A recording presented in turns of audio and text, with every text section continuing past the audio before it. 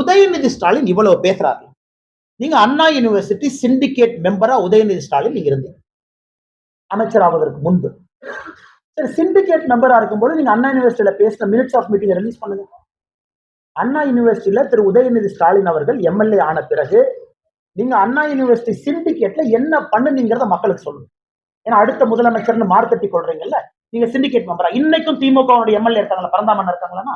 இன்னைக்கு திமுக எம்எல்ஏ ஒருத்தவங்க இருக்காங்க சிண்டிகேட் மெம்பரா உதயநிதி ஸ்டாலின் பிறகு. அந்த எம்எல்ஏ என்ன பண்ணீங்க உள்ள? எத்தனை சிண்டிகேட் மீட்டிங் நடந்திருக்கு? எத்தனை சிண்டிகேட் மீட்டிங்ல நீங்க விஷயம் வச்சிருக்கீங்க? எதுவுமே. இவர்கள் சிண்டிகேட் மெம்பராக உதயநிதி ஸ்டாலின் அவர்கள் அண்ணா யூனிவர்சிட்டி இருந்தாங்க. அன்னையிலிருந்து நாம பேசுவோம். ஆனா இன்னைக்கு பரந்தாமன் அவர்களை பொறுத்தவரை கட்சியிலேயே இல்லைன்னு முதலமைச்சர் அப்படி தூசிய தட்டுற மாதிரி தட்டுறாரு. நாங்க புகைப்படம் ஆதாரம், பத்திரிகையில பவள விழாவில் அவர் இருந்த காட்சி, அவரோடு பெரிய அமைச்சர்கள், அண்ணன் மா சுப்பிரமணியன். இன்னைக்கு ஒரு பிரச்சனை எல்லாம் எஸ்கேப் ஆகிறாங்க பாருங்க.